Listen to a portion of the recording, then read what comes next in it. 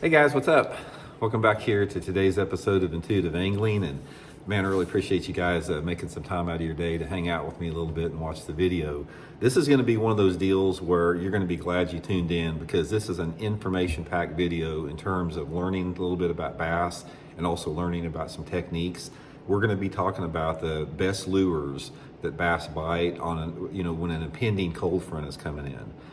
This is one of those deals, guys, you have to take advantage of it. When you have a situation coming up with the front moving in, there are some techniques that it'll produce far and above any other thing you can do. So we're going to go over into that in today's video. We're actually going to talk about 5 or 6 lures and techniques that hit really good on an impending front, and then talk about the number one lure that you can use when a front's coming in. So that's the topic of today's video.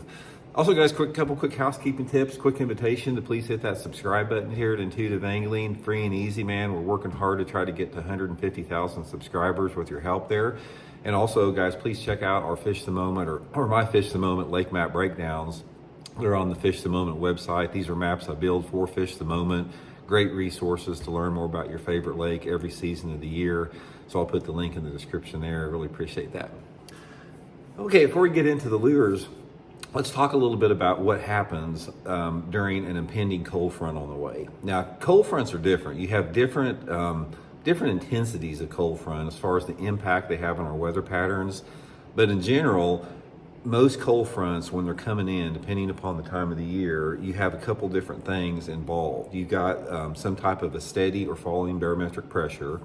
You usually have a south wind, a southwest wind, or a west wind. You usually have some type of overcast or clouds building. There's different thicknesses and types of clouds, but you usually notice some type of a cloud moving in. And you also usually have some type of a east normal or above normal weather temperature. Now, depending upon the time of year and the intensity of the front that's moving in, sometimes that can be radical. Sometimes you can have like a rapidly falling barometric pressure with a 30-mile-an-hour south wind. You got super thick overcast. You got temperatures that are 15 degrees above the norm. And then you may have some situations that are, different gradients of that, where, some cold fronts are a little bit minor. You don't really notice much. But in general, you're going to notice that to some extent. Now, when you have conditions like this, this is the best time to fish. Prior to a front moving in, it activates so much of the food chain.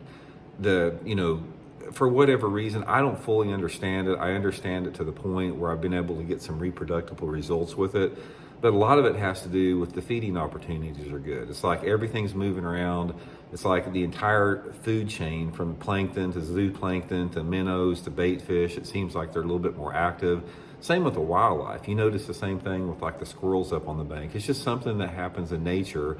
It's like it's signaling some type of a warning. It's like, okay, a front's coming in, you guys better feed up, you get prepared, because this front may come through, it may get cold and nasty. It's sort of a survival mechanism. But regardless, the point of it is bass get active and they chase more when the front's on an impending front. So in order to take advantage of that, you have to sort of work around that with the techniques that you have. So when you're talking about mood and personality of bass, and the cold front that's impendingly coming in is going to activate those fish and make those fish move and chase more, you have to take advantage of that with your lure selection. A lot of this has to do with water clarity and the time of year that the front comes in, so that's all a consideration. But here's some of the baits that I like to use before a front comes in. One of the best ones, guys, is a spinnerbait. Spinnerbait is a highly aggressive lure, and it moves through different speeds through the water column. You can fish it fast or slow. But it's a bait that moves through a variety of different depths in the water column. So prior to a front coming through, a spinnerbait is a perfect lure, because the bass are aggressive and they're wanting to chase, wanting to feed up. And a spinnerbait, the components and the nature of a spinnerbait offers every one of those things. So one of the things I like to do when a front's coming in with a spinnerbait is I like to cover a lot of water, especially if the wind's blowing. So I like to get maybe like on those wind-blown banks and fish a spinnerbait on those wind-blown banks, especially if there's some shade or cloud. Great way to catch them regardless of the water clarity. Now, the next lure sort of along with that works really good when the front's on the way is chatterbait. Chatterbait's the same thing, moves horizontally through the water column, very much similar to a spinnerbait. The difference between a spinnerbait and a chatterbait is the chatterbait works a little bit better in off-colored water. Not that a spinnerbait doesn't, but a chatterbait has a different frequency of vibration. It's a bait that it's an aggressive bait that displaces a lot of water and puts out a lot of vibration. So that correlates into the bass's temperament about being more aggressive, and they really get on a chatterbait good. Also, guys, I'll link all these lures in my Tackle Warehouse link in the description of this video if you guys want to pick up some of these pre-front lures that I suggest here. Okay, the next one along that line works really good is a swim jig. Swim jig is another horizontal, lure that moves through the water column. Thing about a swim jig is it's designed for shallow water.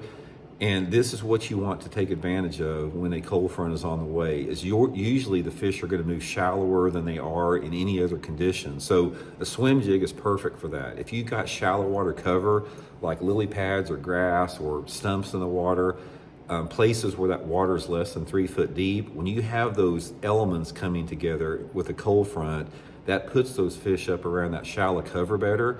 And a swim jig is a great way to catch them, before front moving in. Now the difference is, after that front rolls through, you may catch 20 fish on a swim jig, the day before the front, and after that front rolls through, you may not get a bite on it. That's how big of an impact they have on this type of the lure category.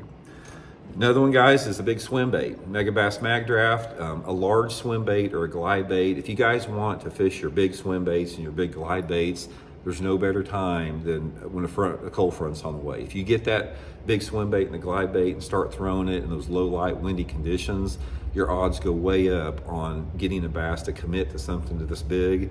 Big swim baits and glide baits, guys, suck after a front goes through. So take advantage of it before it goes through.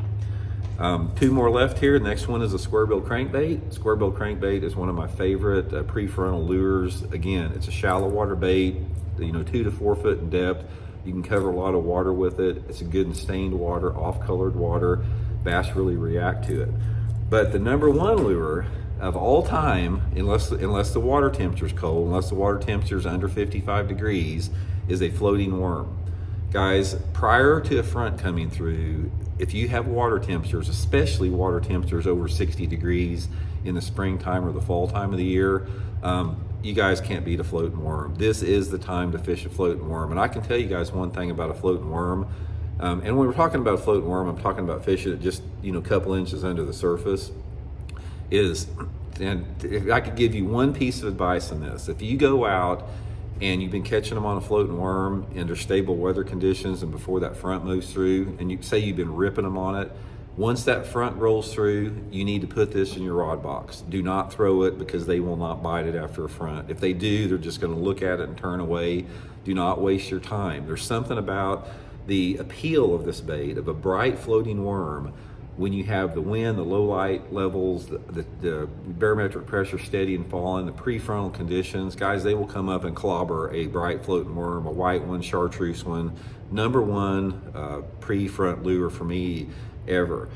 Honorable mention with that would be a topwater along with the floating worm. A topwater in those same type of situations, especially in the late spring and summer months, can probably be better than the floating worm under those situations. So anyway, guys, that's just some of my experience that I've had with frontal fishing out there.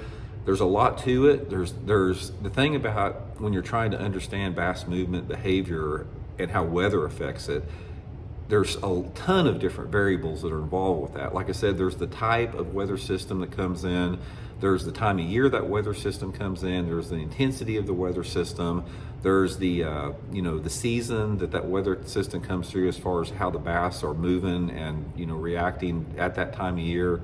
There's just a lot to it. And also, after a front rolls through, there's a lot of different variables too. Sometimes after a front rolls through, it's cloudy for 3 or 4 days. And sometimes after a front rolls through, it bluebird skies off and there's not a cloud in the sky, an hour after the front rolls through. So everything's different with that. Anyway, guys, hope it helps you out. We'll talk later. See you.